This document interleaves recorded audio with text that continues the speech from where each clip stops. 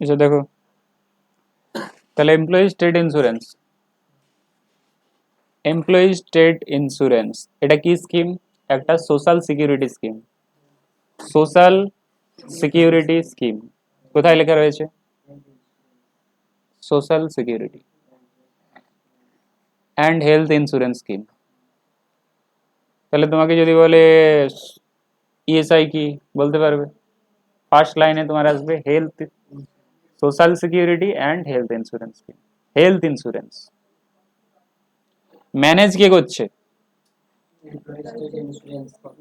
Manage করছে employee state insurance corporation, ESIC. তোমরা website দেখতে চাইবে এমপ্লয়ি স্টেট ইন্স্যুরেন্সের website.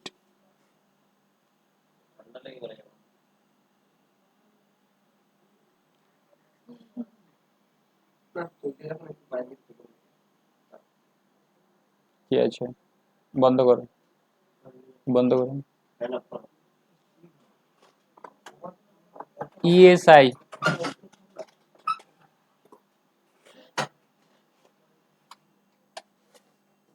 ESIC, employees state insurance. খুলছে না কেন ওয়েবসাইট? ক্লিক করা আছে।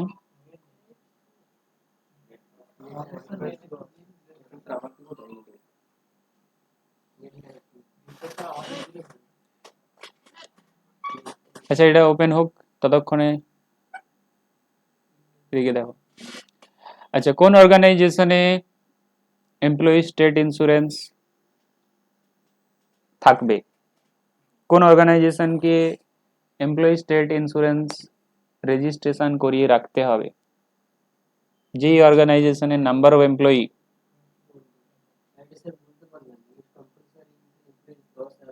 যেখানে নাম্বার অফ এমপ্লয়ি 10-এর বেশি, 10 বা তার বেশি, employing 10 or more, employing 10 or more, 10 বা তার বেশি হলে এমপ্লয়ি,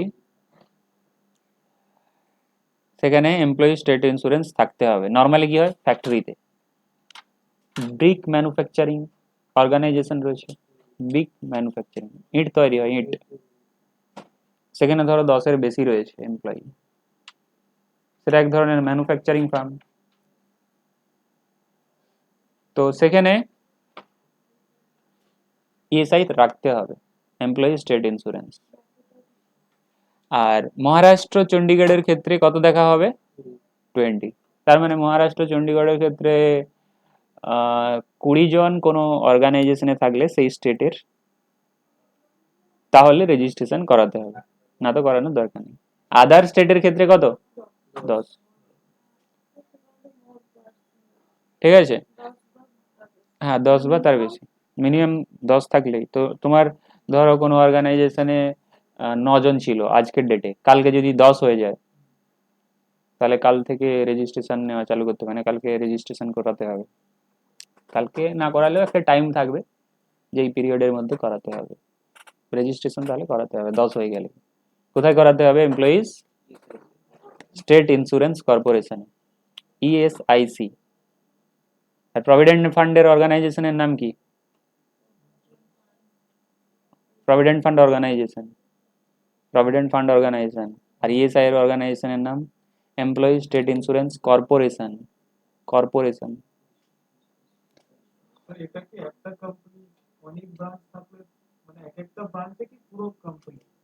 পুরো company as a whole, as a whole. এটা অল ইন্ডিয়া বেসিসে রেজিস্ট্রেশন হবে। এমপ্লয়ি স্টেট ইন্স্যুরেন্স কর্পোরেশন যে রয়েছে, এটা প্রত্যেক স্টেটের জন্য নয়, অল ইন্ডিয়া বেসিসে। যেমন income tax all India basis, central গভর্নমেন্টের, তার মানে এটা কি মেনটেন করছে? সেন্ট্রাল গভর্নমেন্ট, সেন্ট্রাল গভর্নমেন্টের পার্টিসিপেশন রয়েছে এই অর্গানাইজেশনে। আর বলা হচ্ছে যদি তোমার মহারাষ্ট্র চণ্ডীগড়ে কোনো ফ্যাক্টরি থাকে, কোনো বিজনেস থাকে, সেখানে যদি নাম্বার অফ এমপ্লয়ি 20-র বেশি থাকে, 20 বা তার বেশি থাকে, তখনই ইএসআই তে রেজিস্ট্রেশন করাবে। ঠিক আছে। আর সব এমপ্লয়ির জন্য কন্ট্রিবিউট করার দরকার নেই। কোন এমপ্লয়ির জন্য কন্ট্রিবিউট করতে হবে? যে এমপ্লয়ির ওয়েজেস কত পর্যন্ত রয়েছে পার মান্থ? 21,000 পর্যন্ত, 21,000 পার মান্থ। এমপ্লয়ার কত কন্ট্রিবিউট করবে? 3.25। আর এমপ্লয়ি কত কন্ট্রিবিউট করবে? 0.75। তার মান্থলি স্যালারি, মান্থলি ওয়েজেসের। আচ্ছা, এখানে তোমরা যখন ইএসআই পড়ছিলে, ইএসআই এমপ্লয়িজ, সরি ইএসআই নয়, EPF, employees provident fund. Employees provident ফান্ডে আমি স্যালারির ডেফিনেশন কি বলেছিলাম? বেসিক আর ডিএ, বেসিক আর ডিএ ধরে তার 12%। কিন্তু এখানে বেসিক ডিএ নয়, এখানে টোটাল ধরতে হবে, যা যা পেয়েছে। বেসিক ডিএ ছাড়াও অন্য কিছু পেয়ে থাকতে পারে, সব কিছু ধরা হবে। হাউস রেন্ট অ্যালাউন্স, সেটাও ধরা হবে। আচ্ছা, ইএসআইতে কি কি বেনিফিট রয়েছে? এই যে কন্ট্রিবিউট করছো ইন্স্যুরেন্স পারপাসে, এমপ্লয়ার কিছুটা দিচ্ছে, তুমি কিছুটা দিচ্ছ। বেনিফিট কি আছে? সিকনেস বেনিফিট, কাজ করে করে দুর্বল হয়ে গেছো, জ্বর এসে গেছে, তাহলে তুমি কোথায় চলে যাবে কার্ড নিয়ে? ইএসআই এর যে ডেজিগনেটেড রয়েছে কেয়ার, সেখানে যাবে। এমপ্লয়ি স্টেট ইন্স্যুরেন্স কর্পোরেশনের যে ডেজিগনেটেড, হতে পারে নার্সিং হোম, হতে পারে হসপিটাল, যেখানে বলা আছে সেখানে যাবে। ম্যাটারনিটি বেনিফিট কাদের জন্য? ফিমেল এমপ্লয়ীদের জন্য। ডিসএবলমেন্ট বেনিফিট, ডিসেবলমেন্ট বেনিফিট, ডিসেবল হয়ে গেছো। ডিসেবল হয়ে গেছো বলতে, তুমি ধরো কাজ করতে করতে মেশিনের ভেতরে হাত দিয়ে দিয়েছো, তো হাত কাটা গেছে তোমার, বা পা কাটা গেছে, পড়ে গেছো ছাদ থেকে কাজ করতে করতে।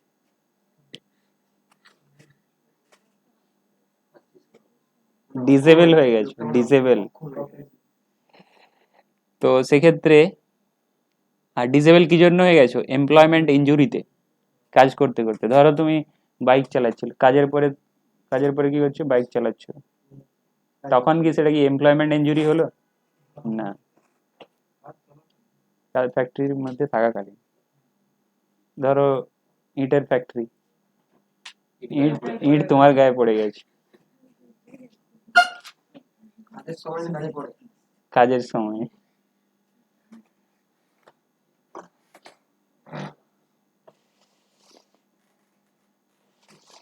আচ্ছা, এরপরে ডিপেন্ডেন্টস বেনিফিট। এটা কি বেনিফিট আছে? যে পার্সন ওখানে কাজ করছিল, তার উপরে কেউ ডিপেন্ড করে রয়েছে, তার ফ্যামিলির, তো তাকে বেনিফিট দেওয়া হবে। ঠিক আছে, বেনিফিট বলতে কিছু পেমেন্ট দেওয়া হবে, পিরিয়ডিক পেমেন্ট। পিরিয়ডিক পেমেন্ট মানে কি বুঝতে পারছো? এখানেও একটা পিরিয়ডিক্যাল পেমেন্ট বলেছিল। পিরিয়ডিক্যাল পেমেন্ট মানে হচ্ছে মান্থলি একটা দেওয়া হয়, ওটা বলা হচ্ছে periodical payment. Periodical payment, periodical payment, 1 মাস ছাড়া ছাড়া, 1 মাস একটা পিরিয়ড, পিরিয়ডিক্যাল পেমেন্ট। তুমি ধরো তোমার শরীর, তাহলে কি বললাম যে এমপ্লয়মেন্ট ইনজুরিতে হাত ভাঙা গেছে কি পা ভাঙা গেছে, সেক্ষেত্রে মান্থলি তোমাকে দিতে হবে, না তো চলবে কি করে? সেই জন্য periodical benefit, periodical payment. Dependent benefit, যে মারা গেছে তার উপরে যে ডিপেন্ড করেছিল তাদের। মেডিকেল বেনিফিট, মেডিকেল ট্রিটমেন্টের জন্য, medical treatment for and attendance on insured person. এখানে অ্যাটেন্ডেন্স বলতে কি বোঝাচ্ছে? ধরো তোমার শরীর খারাপ হয়েছে, তোমাকে বাড়ির লোক দেখাশোনা করছে, তাকে বলা হবে অ্যাটেন্ডেন্ট। যে তোমার দেখাশোনা করবে তাকে অ্যাটেন্ডেন্ট বলে।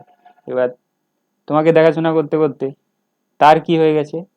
শরীর খারাপ হয়ে গেছে, তাহলে সেও বেনিফিট পাবে। বুঝতে পারলে? অ্যাটেন্ডেন্ট,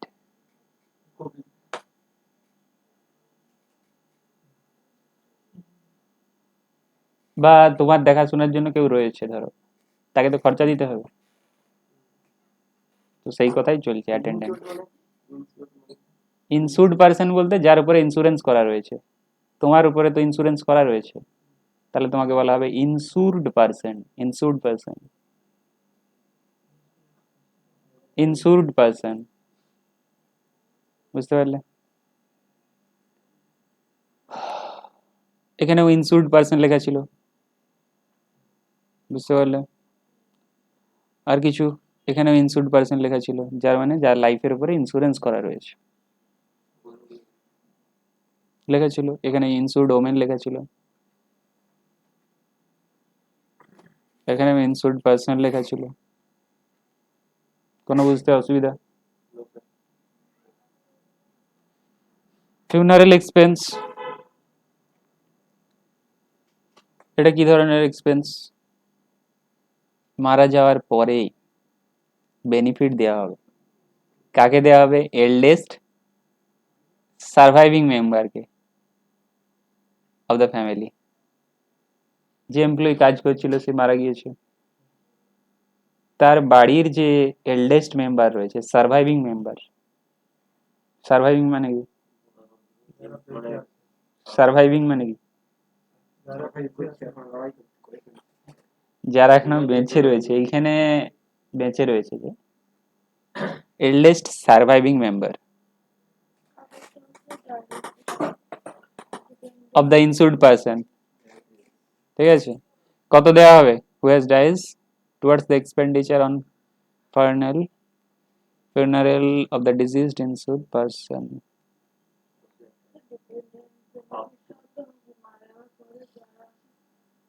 তাদেরকে দেওয়া হবে পিরিয়ডিক্যালি, প্রত্যেক মান্থে, প্রত্যেক মান্থে। ডিপেন্ডেন্টস বেনিফিটে তার উপরে যারা ডিপেন্ড, তার ছেলে হতে পারে, তার ওয়াইফ হতে পারে, তার হাজবেন্ড হতে পারে, ঠিক আছে, যারা ডিপেন্ড করে আছে তার উপরে, তাদেরকে পিরিয়ডিক্যালি দেওয়া হবে। ওয়াইফকে ধরো পিরিয়ডিক্যালি পার মান্থ একটা সার্টেন অ্যামাউন্ট দেওয়া হবে। তো সেটা ডিপেন্ডেন্ট বেনিফিটের মধ্যে আসছে। লাস্টের যে পয়েন্টটা সেটা কিন্তু আলাদা, সেটা হচ্ছে ফিউনারেল বেনিফিট। বলছে তুমি মারা যাওয়ার পরে যে শেষ কাজ হয় না মারা যাওয়ার পরে মানুষের, তো সেইটা করার জন্য দেওয়া হবে, বুঝতে পারলে? হ্যাঁ, এটা তুমি মারা যাওয়ার পরে যে কাজ, সেটাকেই বলা হয় ফিউনারেল। কি করা হয় মারা যাওয়ার পরে? ঠিক, ওইসব। খাওয়ানোর জন্য নয়, খাওয়ানোর জন্য নয়, ঠিক ওইটা।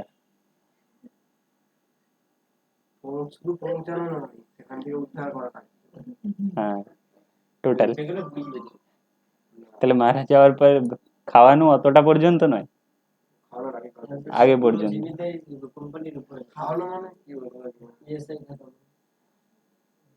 তাহলে কতটা পর্যন্ত পাওয়া যেতে পারে? 10,000 আপ টু লেখা আছে, এখানে বলা নেই যে পাবেই পাবে। এবার যেখানে অ্যাপ্লিকেশন করেছো তার উপর ডিপেন্ড করবে।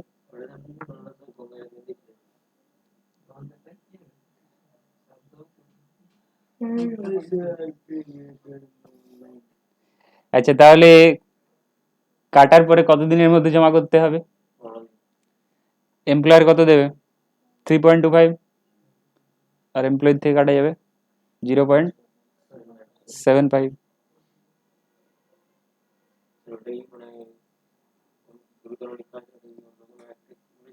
এটা আগে ছিল রেটটা, এই যে রেটটা দেখতে পাচ্ছ এগুলো আগে ছিল, এখন মাঝে মধ্যে চেঞ্জ করে দেয়। এটা তোমার ওই কখন চেঞ্জ হয়েছে বলো তো? ওই করোনা পিরিয়ড যখনই স্টার্ট হয়েছিল তখন কমিয়ে দিয়েছে রেটটা, যাতে এমপ্লয়ারের উপর বার্ডেন না হয়, এমপ্লয়ারের উপর বার্ডেন না হয় সেই জন্য কমিয়ে দিয়েছিল এই করোনা যেদিন থেকে হয়েছে স্টার্টিং।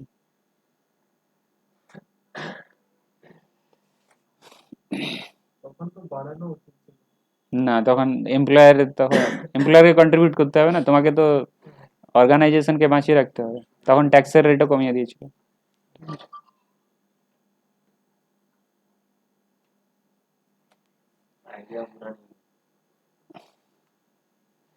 আচ্ছা, এরপরে তাহলে দেখে নাও যে কোনো এমপ্লয়ি স্যালারি যদি 20,000 হয়, তাহলে কত কন্ট্রিবিউট হয়ে যাবে, এমপ্লয়ি থেকে কত কাটা যাবে। আচ্ছা, এখন কত আছে, 0.75, তাহলে এটা চেঞ্জ হয়ে যাবে, এটা 3.25। তোমাদের বইতে কত আছে বলো? 150, 660, তাহলে 150 এটা কাটা যাবে, 150 কাটা গেলে এটা 9180 হবে, 150 হবে। আচ্ছা, এরপরে তাহলে তো কাটা গেলে এই এন্ট্রি করবে, জমা দেওয়ার জন্য এই এন্ট্রি করবে। এটা তাহলে হয়ে যাবে 150, এটা হয়ে যাবে 650, এটা হয়ে যাবে কত, 800। ঠিক আছে।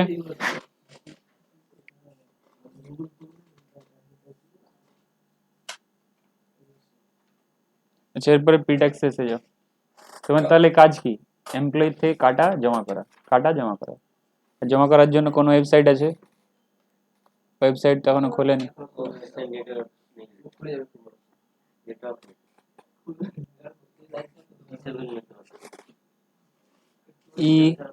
ESIC,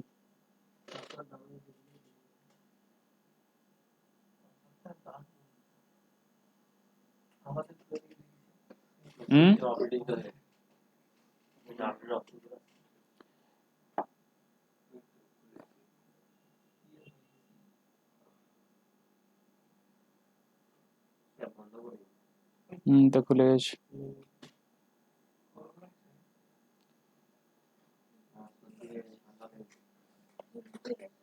তুমি তাহলে পেছনে চলে যাও, কারণ ডাইরেক্ট হাওয়াতে লাগতেই পারে, পেছনে চলে যাও। এটা হচ্ছে ইএসআই অর্গানাইজেশন, দেখতে পাচ্ছ।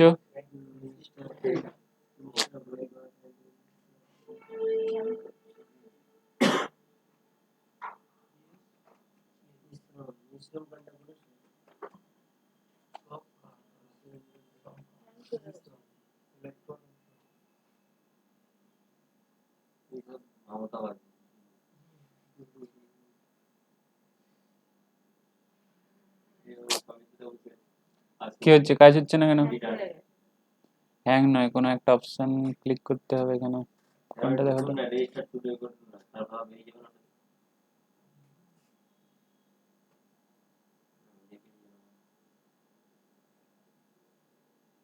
বেরিয়ে গেলে বললে হবে না, ওখানে তো ওখানেই থেকে যাবে না, তো নতুন ট্যাব খুলে।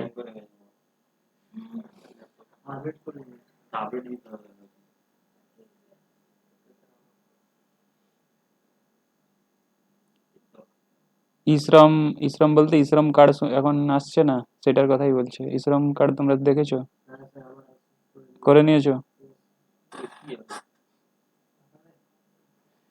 আচ্ছা, এখানে কোথায় প্রবলেম হচ্ছে বলো তো। ও, ঠিক আছে, সেটা করতে হচ্ছে। এমপ্লয়ি স্টেট ইন্স্যুরেন্স কর্পোরেশন, এখানে সার্ভিসে কি কি আছে, এমপ্লয়িজ, এমপ্লয়ার, এমপ্লয়ার যখন এমপ্লয়ারে যাবে, তুমি যদি এমপ্লয়ার হয় এমপ্লয়ারে ঢুকবে, এমপ্লয়ি হলে এমপ্লয়িতে ঢুকবে। আচ্ছা, এমপ্লয়ার কি আছে দেখা যাক, এমপ্লয়ার্স পোর্টাল। আচ্ছা, অ্যানাউন্সমেন্টে দেখতে পারো কি আছে, সেখানে আবার কি বলছি, পপ আপ।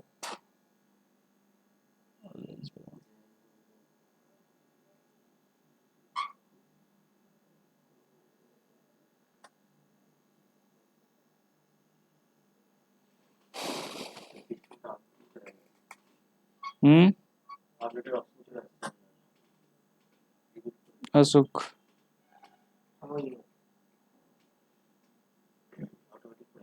আচ্ছা, অ্যানাউন্সমেন্টে কি আছে দেখে না, নিউজ ইভেন্ট, পাবলিক নোটিস। এটা আমি কি করেছিলাম, এমপ্লয়ার করেছিলাম তো। এমপ্লয়ার এখানে লগ ইন করতে পারবে, এই যে এমপ্লয়ার্স লগ ইন আছে না। তুমি যদি বলো আমি ইএসআই তো কেটেছি, এমপ্লয়ি থেকে জমা করতে হবে, লগ ইন করে জমা করতে হবে, লগ ইন করে জমা করতে হবে।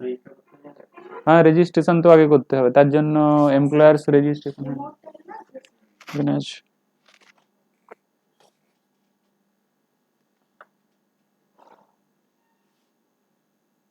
এমপ্লয়ার্স রেজিস্ট্রেশন, এদিকে দেখো, এমপ্লয়ার্স রেজিস্ট্রেশন এখানে কোথাও দেখতে পাচ্ছ?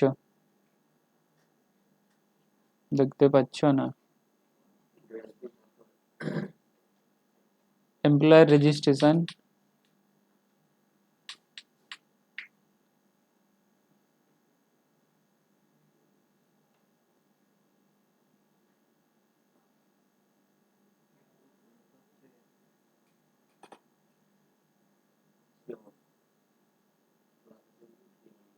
আচ্ছা এমপ্লয়ার সার্চে কি আছে দেখা যাক। এখানে যদি তুমি জানতে চাও যে কোন জায়গাতে, কোনো জায়গাতে মানে কোনো স্টেটে তোমার কোন কোন এমপ্লয়ার রেজিস্টার্ড রয়েছে সেটা হয়তো দেখতে পাবে। ধরো তুমি জানতে চাইছো মিদনাপুরে কারা রয়েছে, মিদনাপুর কোথায় আছে? মেদিনীপুর, পশ্চিম মেদিনীপুর। যে এমপ্লয়ারের তোমাকে নাম না দিলেও চলবে, কি কোড দিতে হবে, তাহলে তুমি ভেরিফাই করতে পারবে এখানে অল। ধরো তোমাকে বলেছে আমাদের অর্গানাইজেশন রেজিস্টার্ড রয়েছে, তুমি ভেরিফাই করতে চাইছো, তোমাকে বলেছে আমার ইএসআই, আমার অর্গানাইজেশন এপিআই ইএসআই রয়েছে।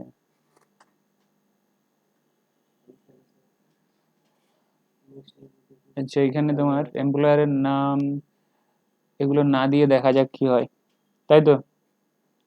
এম সি আর জে নাম না দিলে কি হবে, যে পুরো পশ্চিম মেদিনীপুরের কেউ এমপ্লয়ার কোড দিতেই হবে। আচ্ছা নেম দিলেও হয়ে যাবে। বলো, অনলি নাম্বার অ্যালাউড, এখানে নাম্বার দেখাচ্ছে।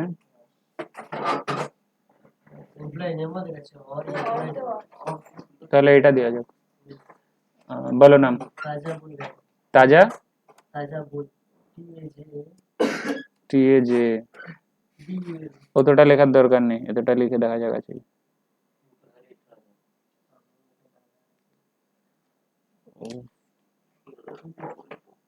দেখাচ্ছে না তো।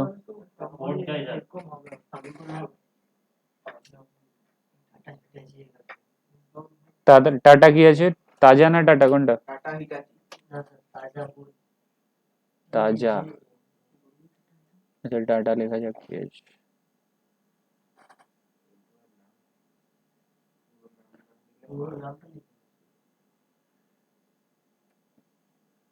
পুরো নাম লিখতে হবে, পুরো নাম না লিখলে আসবে না।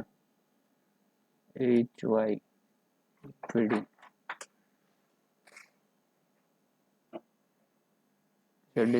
selected time।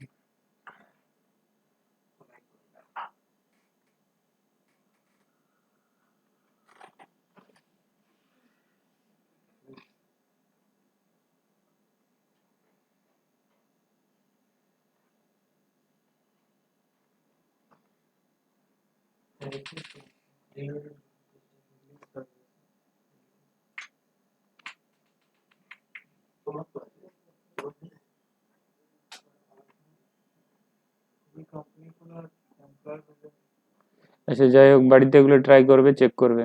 এখন ফোনে খুলবে না, এই ওয়েবসাইট ফোনে খুলবে না। আচ্ছা এরপরের টপিক আছে প্রফেশনাল ট্যাক্স। তাহলে ম্যাটারটা বুঝতে পারছো তো, কেটে জমা করতে হবে। আর তার আগে কোনটা কেটে জমা করতে হয় বললাম? ইএসআই, ইএসআই পিএফ দুটোই। লগ ইন, তার আগে তোমাকে নিশ্চয়ই রেজিস্ট্রেশন করতে হবে, ওখানে এমপ্লয়ার রেজিস্ট্রেশন রয়েছে, রেজিস্ট্রেশন নিতে হয়, ঠিক আছে, ওই ওয়েবসাইটেই পাবে রেজিস্ট্রেশন। আচ্ছা এরপরে আমরা চলে যাব প্রফেশনাল ট্যাক্স। প্রফেশনাল ট্যাক্স যারা কোনো না কোনো বিজনেসে ইনভলভ রয়েছে তাদেরকে কি দিতে হবে? প্রফেশনাল ট্যাক্স দিতে হবে। এখানে কি লেখা আছে? It is tax on all kinds of profession, trades, profession, trade, employment, ঠিক আছে, and levied based on their income of such profession। প্রফেশনের ইনকামের বেসিসে, ট্রেডের ইনকামের বেসিসে, এমপ্লয়মেন্টের ইনকামের বেসিসে। তাহলে মানে প্রফেশনাল ট্যাক্স সবাইকেই দিতে হয়, সে স্যালারিড এমপ্লয়ি হোক, সে কোনো বিজনেসম্যান হোক, বুঝতে পারলে, যার ইনকাম রয়েছে তাকে দিতে হবে স্যালারি, সরি প্রফেশনাল ট্যাক্স। তুমি বিজনেস করো বা কোনো এমপ্লয়মেন্টে থাকো, জবে থাকো, প্রফেশনাল ট্যাক্স দিতে হবে। আর এখানে যে ট্যাক্সের স্ল্যাব রেটটা দিয়েছে, আচ্ছা অন্ধ্রপ্রদেশের ছেড়ে দাও, অন্ধ্রপ্রদেশের ছেড়ে দাও। আচ্ছা প্রফেশনাল ট্যাক্স কোন গভর্নমেন্টের ট্যাক্স? স্টেট গভর্নমেন্টের। তার মানে বিভিন্ন স্টেটের বিভিন্ন থাকবে। আমরা ওয়েস্ট বেঙ্গলের দেখে নেব, ওয়েস্ট বেঙ্গলের কি আছে। ওয়েস্ট বেঙ্গলের দেখে নেব। তার মানে যে বিজনেস করছে আর যারা স্যালারিড পারসন সবাইকেই প্রফেশনাল ট্যাক্স দিতে হবে। প্রফেশনে রয়েছে, বিজনেস করা ওটা এক ধরনের প্রফেশন। তো এখানে যেটা রয়েছে চারটা, এখানে কিসের হিসাবে রয়েছে, এটা হচ্ছে এমপ্লয়ি থেকে কত কাটবে, মানে যারা স্যালারিড পারসন রয়েছে তাদের প্রফেশনাল ট্যাক্স কত হবে। স্যালারি যদি 10,000 পর্যন্ত হয় কাটার দরকার নেই, 10 থেকে 15 হলে 110 কাটবে, 15 থেকে 15 1 থেকে 25 হলে এত কাটবে, 25 1 থেকে 40 হলে এটা কাটবে, মোর দেন 40 মোর দেন 40,000 হলে কাটবে 200। এটা কোথাকার? It is applicable in West Bengal, it is applicable in West Bengal. তো তোমার এখানে কোনটা মনে রাখতে হবে? West Bengal only.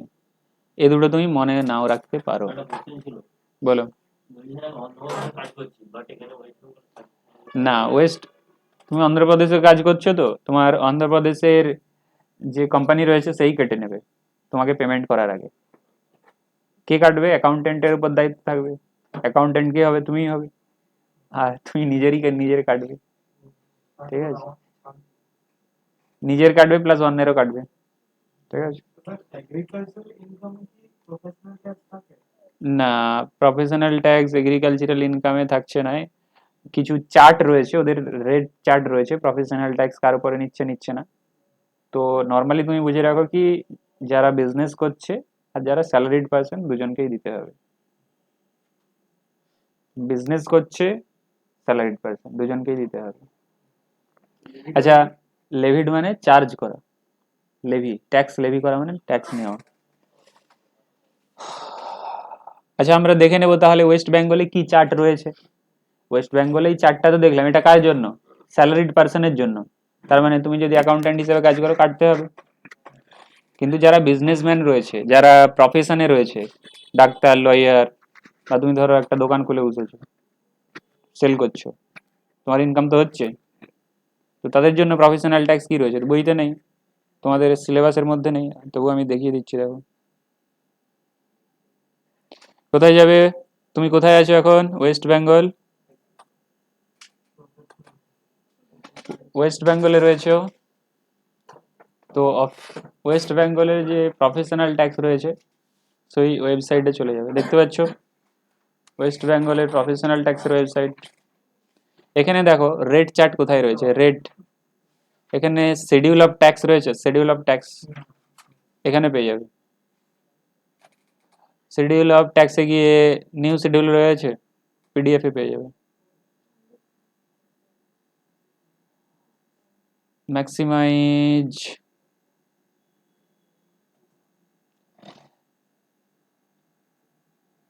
রয়েছে নীল নীল রয়েছে। এখন যেটা দেখে এলাম 10,000 পর্যন্ত নীল, তারপরে 15 পর্যন্ত হয়ে গেলে 110 রয়েছে, ওটাই কপি পেস্ট রয়েছে বইতে। আচ্ছা তার পরের গুলো কিন্তু বইতে দেওয়া নেই, কারণ সেগুলো তোমাদের দরকার নেই বলে। যদি তুমি ইনভলভ থাকো কি বিজনেসে, দেখো বিজনেসের নাম দেখো, বিজনেস এখানে কি আছে, legal practitioner, person being individual engaged in profession or calling, প্রফেশনে এনগেজ রয়েছে, এটা অল্টারনেটিভ নাম আর কি। মানে কলিং বলতে ওই বিজনেস প্রফেশনকেই বোঝায়, যে কোনো বিজনেস করছে, প্রফেশন করছে। তাহলে যে ইন্ডিভিজুয়াল লিগ্যাল প্রফেশনে রয়েছে, লিগ্যাল প্র্যাকটিশনার, লিগ্যাল প্র্যাকটিশনার মানে বুঝতে পারছো, লয়ার, প্র্যাকটিস যে করে তাকে প্র্যাকটিশনার, যে ল প্র্যাকটিস করে তাকে লিগ্যাল প্র্যাকটিশনার, যে অ্যাকাউন্টস প্র্যাকটিস করে অ্যাকাউন্টিং প্র্যাকটিশনার, অ্যাকাউন্টস প্র্যাকটিশনার। আর ডাক্তারের ক্ষেত্রে কি হবে? ডাক্তার তো বললাম মেডিকেল প্র্যাকটিশনার। প্র্যাকটিশনার বলতে ওই কাজ করছে, লিগ্যাল হতে পারে মেডিকেল হতে পারে, প্র্যাকটিস করছে। তো কনসালট্যান্টে হতে পারে, টেকনিক্যাল কনসালট্যান্ট, তাদের কাজই হচ্ছে কনসালটেন্সি দেওয়া। তো এদের ক্ষেত্রে কি বলেছে, এদের ক্ষেত্রে দেখতে হবে gross income. Gross income, gross income যদি কত হয়ে যায়, 60-এর ওপরে চলে যায় তাহলে nil, sorry up to 60, up to 60 হলে নীল, 60-এর উপরে চলে গেলে 480, এইভাবে স্ল্যাব রয়েছে। আচ্ছা, এটা গ্রস ইনকাম নয়, এটা তোমার টার্নওভারই হবে, বুঝলে, টার্নওভারই হবে। 5 লাখের উপরে চলে গেলে গ্রস, দাঁড়াও 1 মিনিট আমি দেখে নিচ্ছি। এখানে তোমার, এখানে ইনকাম রয়েছে, ইনকাম ওয়ার্ড মানে হচ্ছে তাহলে তো তোমার খরচা বাদ দিয়ে, তাই তো, ইনকামই ধরো, ইনকাম মানে তুমি খরচা বাদ দিয়ে দিলে। লয়ার কি করলো, ফিজ রিসিভ করলো, খরচা বাদ দিল, তারপরে যে ইনকাম থাকছে সেটা যদি 60,000 পর্যন্ত হয় দিতে হবে না, 60-এর থেকে যদি 60-এর বেশি 72 পর্যন্ত তাহলে এটা দিতে হবে। যদি 5 লাখের উপরে চলে যায় কত দিতে হবে? 2,500। বুঝতে পারলে কি পারলে না, কোনো ডাউট আছে?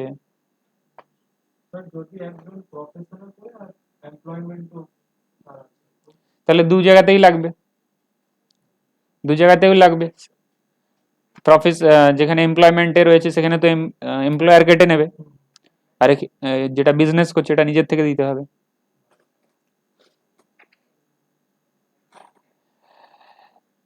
তাহলে আর দেখানোর দরকার নেই, দেখানোর দরকার আছে কি? দেখানোর দরকার নেই। এটা আবার কাদের জন্য? উপরে যাদের কভার নেই, উপরে কিছু পার্সনের নাম বলে দিয়েছিল না 1 2 3 4 করে, তারা বাদ দিয়ে বাকিদের এই রেট অ্যাপ্লাই হবে। আচ্ছা, এই বাকিদের আবার কি দেখা হবে? টার্নওভার দেখা হবে। টার্নওভার মানে কি বোঝায়? সেল, সেল দেখা হবে। ওপরে যাদের নাম ছিল, উপরে কাদের নাম ছিল, এখানে এইসব পার্সনের নাম ছিল, legal practitioner, medical practitioner, director, technical, member of association, member of stock exchange, এসব অনেক নাম আছে। চলো, এগুলো তোমাদের সিলেবাসের বাইরে, তবুও দেখিয়ে দিলাম। অ্যাকাউন্ট্যান্ট হিসাবে তোমার কতটা লাগবে দেখতে হবে, এমপ্লয়ির জন্য কত কাটতে হবে।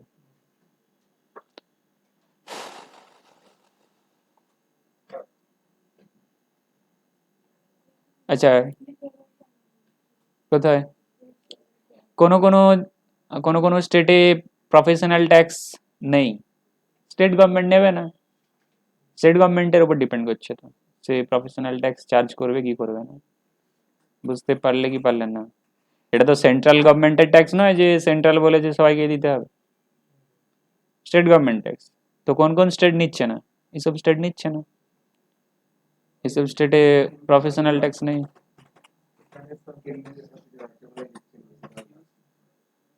বুঝতে পেরেছো কি পারোনি?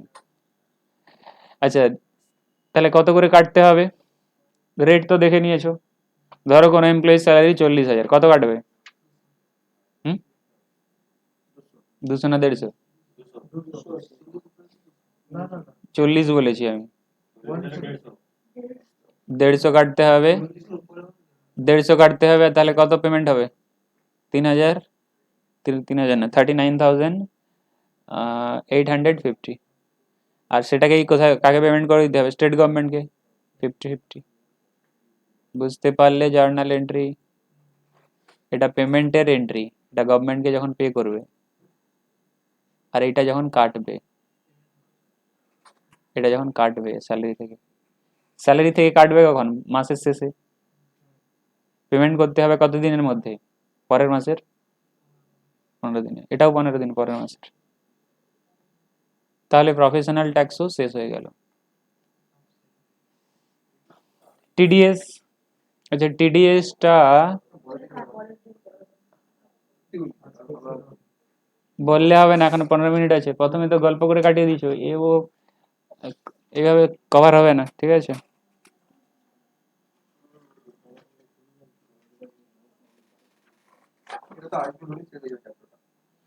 এটা দুদিনে শেষ হয়ে যাওয়ার কথা।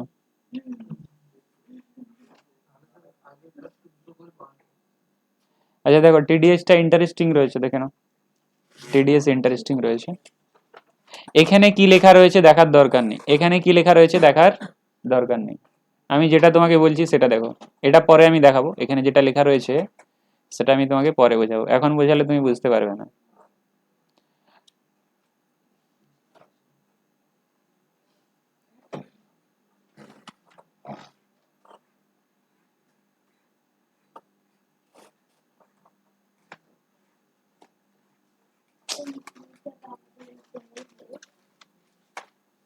কি বলছো?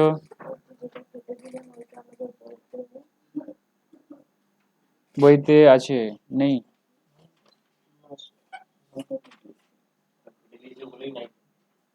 ঠিক আছে, ভালো কথা।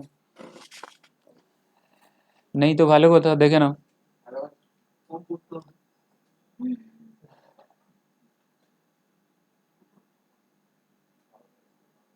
টিডিএস, তাহলে কি পড়তে চলেছো? টিডিএস। কোনো এমপ্লয়ি স্যালারি দেখো, সাপোজ কোনো এমপ্লয়ি স্যালারি কত। আচ্ছা আমি তোমাকে ইনকাম ট্যাক্সের রেট বলে দিই। টিডিএস পড়াতে গেলে ইনকাম ট্যাক্সের কি জানতে হবে? Income tax rates. ইনকাম ট্যাক্সের কি রেট রয়েছে? ইনকাম ট্যাক্সের রেট রয়েছে আপ টু 2.5 লাখ। কি আছে? তোমার যদি ইনকাম সারা বছরে 2.5 লাখ পর্যন্ত হয়, নীল হয়ে যাবে, ট্যাক্স দিতেই হবে না। আমরা কি পড়ছি? টিডিএস। টিডিএস বলতে ট্যাক্স ডিডাক্টেড অ্যাট সোর্স। তোমাকে পেমেন্ট করার আগেই ট্যাক্স কেটে নেওয়া। তুমি ধরো স্যালারি পাবে, তোমাকে পেমেন্ট করার আগেই আমি কি করছি? ট্যাক্স কেটে নিচ্ছি, কেটে সরকারকে জমা করে দিচ্ছি। বুঝতে পারলে? যেমন প্রফেশনাল ট্যাক্স পড়লে না এখনই, এটাও এক ধরনের ট্যাক্স। এটা হচ্ছে সেন্ট্রাল গভর্নমেন্টের ট্যাক্স, ইনকাম ট্যাক্স সেন্ট্রাল গভর্নমেন্টের ট্যাক্স। আর তুমি যখন পেমেন্ট করার আগেই কাটবে, তাকেই বলা হবে TDS, tax deducted at source. At source বলতে তোমাকে পেমেন্ট করার আগেই কেটে নিচ্ছি, সোর্সেই কেটে নিচ্ছি। বুঝতে পারলে কি পারলে না? হাজার। ধরো তোমার ইনকাম 2.5 লাখ, তাহলে ট্যাক্সের রেট নীল। 2.5 লাখ পর্যন্ত কোনো ট্যাক্স লাগবে না, ইনকাম ট্যাক্স লাগবে না। কোন ট্যাক্স? Income tax. আচ্ছা 2.5 লাখ পেরিয়ে গেলে, 2.5 লাখ 1 থেকে, 2.5 লাখ 1 থেকে কত পর্যন্ত? 5 lakh, up to 5 lakh tax rate কি আছে? 5% রয়েছে। আচ্ছা 5 লাখ 1 থেকে, 5 লাখ 1 to 10 লাখ কত আছে? না এটা নর্মাল আছে, এটা না, ওইটা নিলে হবে না, এটাই এখন চলতে হবে। এটা নর্মাল আছে। তুমি যেটা বলতে চাইছো নতুন রেট, সেটা হচ্ছে কিছু স্যাক্রিফাইস করতে হবে। বাই ডিফল্ট এটা অ্যাপ্লাই হবে। তুমি যদি কাউকে না বলো কিছু, বাই ডিফল্ট এটাই অ্যাপ্লাই হবে। তুমি যদি বলো যে আমি ওই স্পেশাল রেটটা নিতে চাইছি, তাহলে কিছু তোমাকে স্যাক্রিফাইস করতে হবে, তাহলে ওই স্পেশাল রেটটা নিতে পারবে। না তো বাই ডিফল্ট এটাই অ্যাপ্লাই হবে। তো আমি কোনটা বলবো? সবসময় বাই ডিফল্টই বলবো। তোমার যে নর্মাল রেট রয়েছে ইনকাম ট্যাক্সের, এটাই রয়েছে এখনো। 10 লাখের উপরে চলে গেলে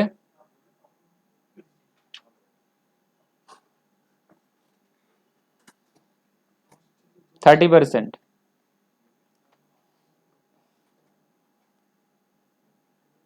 এটা বুঝতে পারলে কি পারলে না? Rate chart. এখানে কে রয়েছে? আজাহার খান রয়েছে। আজাহার বানান কি আছে? J H R.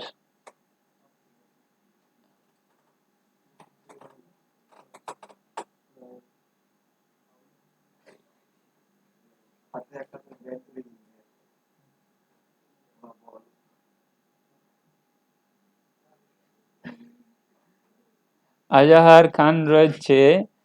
তো সে কি করে? কোনো জায়গায় ইনকাম করে, তার ইনকাম ধরো পার মান্থে রয়েছে, পার মান্থে ইনকাম কত রয়েছে? ধরো 45,000 রয়েছে, সাপোজ করা হলো। তাহলে 12 মান্থে, 12 মান্থসে কি হবে? মাল্টিপ্লাই করলে কত দাঁড়াবে?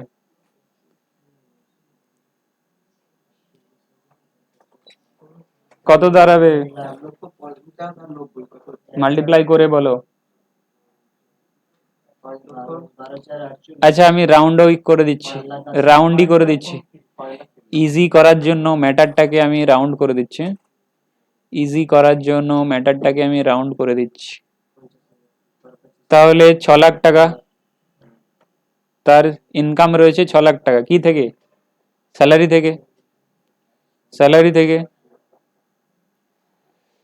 তো ট্যাক্সের এবার আমরা হিসাব করব, ট্যাক্সের হিসাব করব। কে হিসাব করবে? যে কোম্পানি তোমাকে স্যালারি দিচ্ছে সে বলবে আজহারে তো 6 লাখ ইনকাম হবে, কত ট্যাক্স কাটা যেতে পারে, টিডিএস কথা নয়, কত ট্যাক্স কাটা যেতে পারে না। তাহলে আমরা ট্যাক্স ক্যালকুলেশন করতে বসবো, আমরা বলতে এখানে কি কোম্পানি, তো আপ টু 2.5 লাখ নীল হয়ে যাবে, 2.5 লাখ 2,50,000 ওয়ান থেকে 5 লাখ, মিডিলে কত থাকে? এর মিডিলে কত আছে? মিডিলে কত আছে? 2.5 লাখই তো আছে, এর মিডিলে 5%, 12,500, অ্যাবোভ 5 লাখ, অ্যাবোভ চলে গেলে 10 লাখ পর্যন্ত কত হয়? 20। ওর অ্যাবোভ কত আছে? 5 লাখের অ্যাবোভ না, 5 লাখের উপরে কতটা গেছে ওর? 20। তার মানে, তার মানে 20,000, তাহলে ওর হয়ে যাবে 32,500। এই হিসাব বুঝতে পারলে কি পারলে না? 2.5 লাখ পর্যন্ত নীল, কোনো ডাউট আছে? নেই। 2.5 থেকে 5 মিডিলে কত, তার উপরে কত পার্সেন্ট? কোনো ডাউট আছে? কোনো ডাউট নেই। 5 লাখের উপরে কতটা আছে ওর ইনকাম? 5 লাখের উপরে কতটা আছে? 5 লাখে তোমার তো 6 লাখ, তার মানে 5 লাখের উপরে কত টাকা? 1 লাখ টাকা, তার উপরে 20। তোমার টোটাল ইনকাম তো 6, 6-এর মধ্যে 2.5 কোনো ট্যাক্স লাগছে না, তারপরের 2.5 5%, তারপরের 1 20%। বুঝলে না? প্রথম 2.5 নীল, তারপরের 2.5 নীল কেন? উপরের 2.5 কেন আবার নীল হবে? এখানে কি আছে? প্রথম 2.5 নীল, তারপরে মিডিলের 2.5 5, তারপরে মিডিল, তারপরে 5-এর উপরে চলে গেলে যতটা যাবে 20%, 10-এর উপরে চলে গেলে যতটা যাবে 30%। বুঝতে পারলে? ওই হিসাবেই ক্যালকুলেশন হয়েছে, ভালো করে দেখো। ওর ইনকাম তো 6, প্রথম 2.5 নীল, তারপরে 2.5 থেকে 5 5%, 2.5-এর উপরে 5, তারপরে 5-এর উপরে কত 1 20%, এটাই ট্যাক্স বেরোবে। 32,000 টাকা ট্যাক্স, এর সাথে আবার জুড়ে যাবে কি? কথা নয়, জুড়ে যাবে, এখনো রয়েছে, এখনো রয়েছে, এরপরে জুড়ে যাবে হেলথ অ্যান্ড এডুকেশন শেষ। হেলথ বলো, হেলথ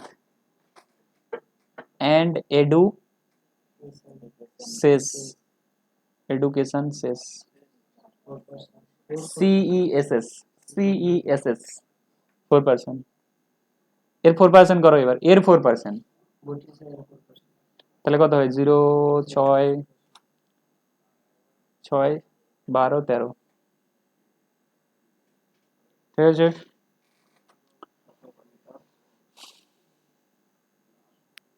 তেত্রিশ হাজার 33,800।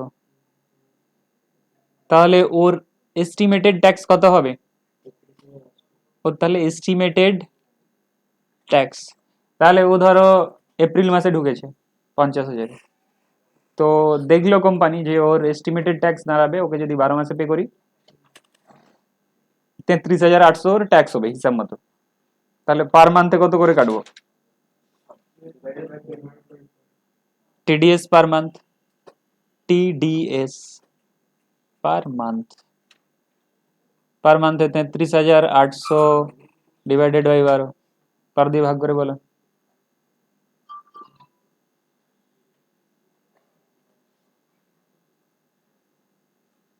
বার দিয়ে ভাগ করো।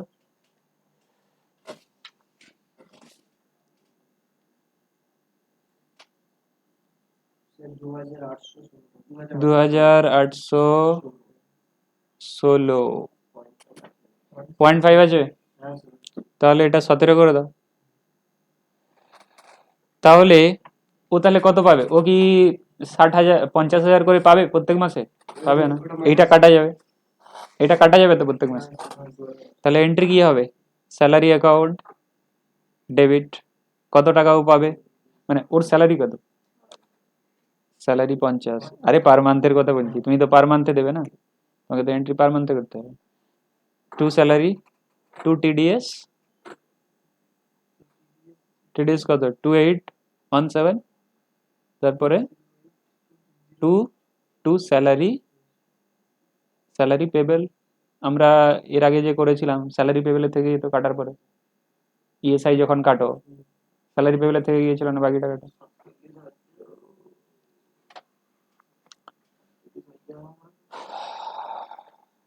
বলো মাইনাস করে।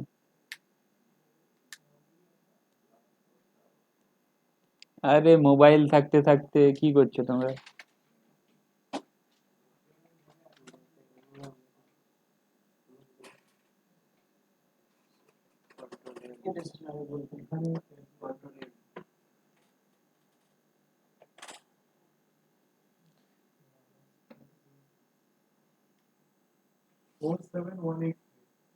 Four seven one eight three.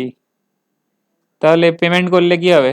Salary তো কেটে নিলে, স্যালারি থেকে তো কেটে নিলে, তো টিডিএস যখন পেমেন্ট করবে টিডিএস অ্যাকাউন্ট ডেবিট কি হয়ে যাবে? টু ব্যাংক হয়ে যাবে। 2817 কাকে টিডিএস পেমেন্ট করতে হবে? গভর্নমেন্টকে, যেটা কেটে রেখেছো ট্যাক্স হিসাবে গভর্নমেন্টকে জমা করতে হবে। এরপরে স্যালারি পেমেন্ট করতে হবে, তো salary payable account debit two, কাকে স্যালারি পেমেন্ট করতে হবে? আজাহারকে পেমেন্ট করতে হবে তো। ইয়েস, 48,000 কত আছে?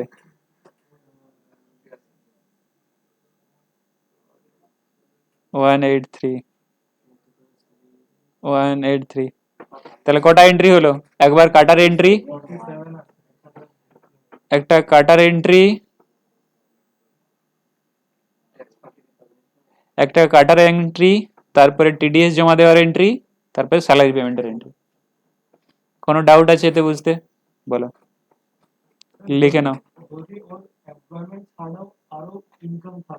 তখন ওকে বলতে হবে এমপ্লয়ারকে, তাহলে সেই ইনকামও কনসিডার করবে। সাপোজ ও কি বলতে চাইলে দেখো, ওর তো স্যালারি ইনকাম রয়েছে, ওর এমপ্লয়ার কি জানে, জাস্ট স্যালারি ইনকামই রয়েছে। সাপোজ ওর স্যালারি ইনকাম ছাড়াও আদার ইনকামও রয়েছে, এমপ্লয়ারকে ও যদি বলে যে আমার আদার ইনকামও রয়েছে, তাহলে এমপ্লয়ার কি করবে? সেই ইনকাম কনসিডার করবে, আরো বেশি করে কাটবে, কারণ ওর তো ইনকাম বেশি হয়ে যাবে, বেশি হয়ে যাবে। আর ও বলবে না, ঠিক আছে? কোনটা থেকে লিখবে? এখান থেকে।